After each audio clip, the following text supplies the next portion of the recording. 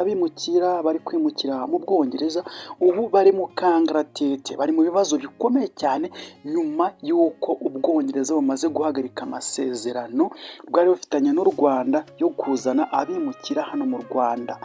Ngira ngo murabizi ko bari barateguriwe kuba bajyanwa mu bice bya za Kicukiro, ndagira ngo murabizi ko bateguriwe kuba bashyirwa mu bice bya za Kicukiro bakabubakira ndetse baranabubakiye. Murabizi u Rwanda rwashiyemo amafaranga, bamaze gushora amafaranga amaze kubakwa neza Ubwongereza bwahagaritse amasezerano.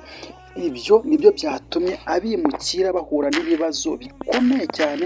Ubu ngubu abimukira bakaba bari mu kangaratete, bakaba bafite ibibazo bikomeye. Reka nze musubirire muri aya masezerano bari bafitanye cyangwa se u Rwanda rwagiranye n'Ubwongereza nyuma y'uko bari bamaze kuyasinya, Ubwongereza bugafata umwanzuro wo kuyahagarika.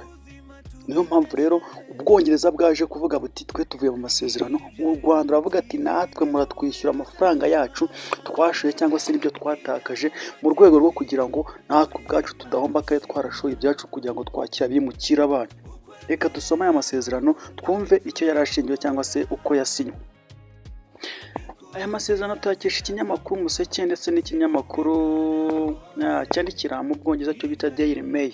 Iki kinyamakuru nicyo tugiye kuba twifashisha kugira ngo turebe neza aya masezerano icyo yazaga kuvuga n'icyo yabaga ateganya hagati y'u Rwanda n'Ubwongereza nyuma y'uko basinya aya masezerano.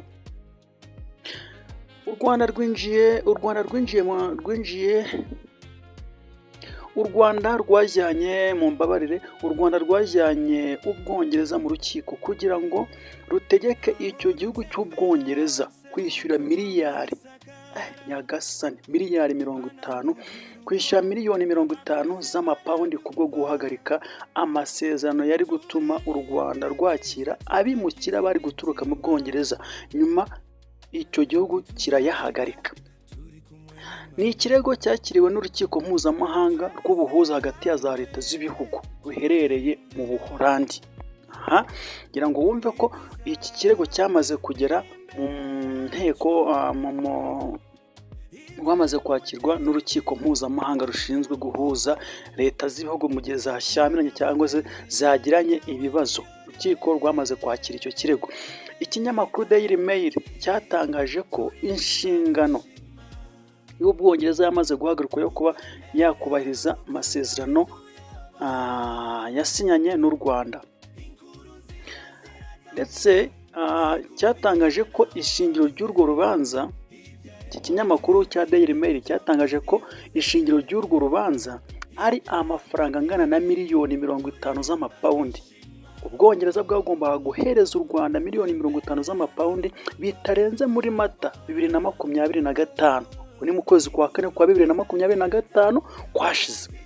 Mu gihe uyu munsi tugeze mu kwezi kwa mbere nako kwa kabiri ku mwaka wa 2026, turumva ko igihe kigiye kurengaho hafi umwaka wose u Rwanda rwarihanganye.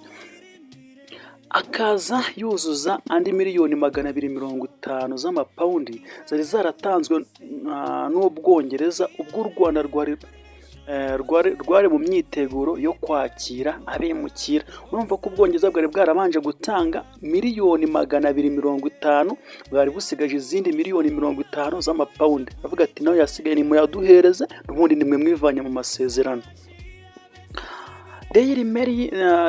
Daily Mail ivuga ko impapuro rwabonye zerekana ko u Rwanda nk'urega ruhagarariwe na Minisitiri w'Ubutabera akaba n'intumwa nkuru ya leta y'igihugu cy'u Rwanda, Dr Ugirasebuja Emmanuel. Naho Ubwongereza bwo nk'uregwa buhagarariwe na Dan Hubs usanzwe ashinzwe abimukira n'imipaka muri gihugu cy'Ubwongereza. Umunyamategeko Veridiram ukorera mu kigo 20 Essex niwe wunganira u Rwanda. Uyu Veridiram niwe ugomba guhagararira u Rwanda muri uru rukiko cyangwa se muri iki kirego. Naho Ubwongereza bwo bukazahagararirwa n'uwo bita Ben Juratawist.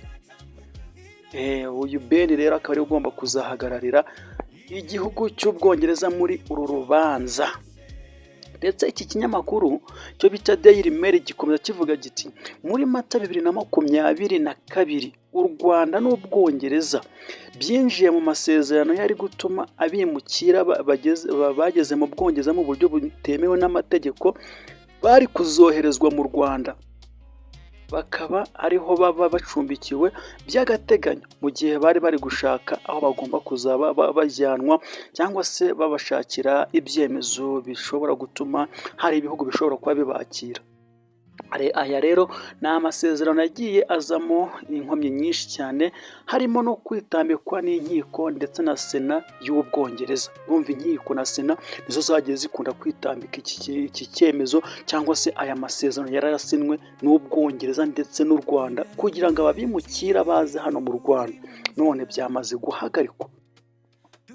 Rero bakomeza bavuga bati mu Ukuboza kwa 2023 leta y'u Rwanda na leta y'Ubwongereza basinye amasezerano avuguruye yateganyaga ko nta rukiko ruzongera gukumira ishyirwa mu bikorwa by'aya masezerano, ahubwo ko abagize inteko ishinga amategeko ari bo bonyine bazawugiraho ijambo rya nyuma. Ibintu byaje guhindura isura ubwo bitaga Rishi Sunak wari minisitiri w'intebe w'Ubwongereza akaba yari ashyigikiye n'uwo mushinga yavaga ku butegetsi. Uvuga ngo uyu nguyu wo bita Rishi Sunak yamaze kuva ku butegetsi, amasezerano ahita ahagarikwa ubwo yasimburwaga n'uwo bita Sir Keir Starmer. Uyu nguyu wo bita Sir Keir Starmer niwe wamaze kuba asimbura uyu Rishi Sunak, birangira ahagaritse nta nteguza y'amasezerano. Bivuga ko Ubwongereza bwose n'abandi bamwe mu bayobozi bagiye bakomeye mu Bwongereza bahise bavuga ati ubundi ubu buryo bwose ntabwo bwari uburyo bwo gukemura ikibazo, ahubwo aya masezerano yayahagaritse mu buryo buhubukiwe, kuko we ubwo yaravugaga ati hazarebwe ubundi buryo bwo gukemura iki kibazo cy'abimukira batoherejwe mu Rwanda. Urumva wenda byashoboka ko hari abahise bamutamika u Rwanda avuga ati ariko kubera icyo u Rwanda rugiye rugiye gusuzugura Ubwongereza, birangira ahagaritse amasezerano. Rero birumvikana nyine ni ingingo itaravuzweho rumwe n'abategetsi mu Bwongereza, bamwe bakavuga ko ari icyemezo cyahubukiwe ndetse gishobora no kuzicuzwa, kuko abimukira bakomeje kwiyongera cyane ndetse cyane nyuma y'uko bamaze kumenya ko nta handi hantu bashobora kwerekezwa. Birumvikana rero abimukira ubu ngubu bari mu kaga gakomeye, ntibafite aho kujya, ntibafite ibyo kurya, ntibari kwirukankanwa, bari guhora bahunga, no mu gihugu bahungiyemo naho bari guhunga. Mwumve ko ibibazo noneho byakomeje kugenda byiyongera bitewe n'ihagarikwa ry'aya masezerano. Rero ngewe nari Madison, nkubwiye ngo niba utarakoze subscribe, kora subscribe tuze kwibana mu biganiro byacu biri buze gukurikiraho, kandi ntibagirwe gukora like, share and comment kugira ngo dukomeze kwibanira nk'inshuti. Ciao, ngende kumwe namwe ibihe byose.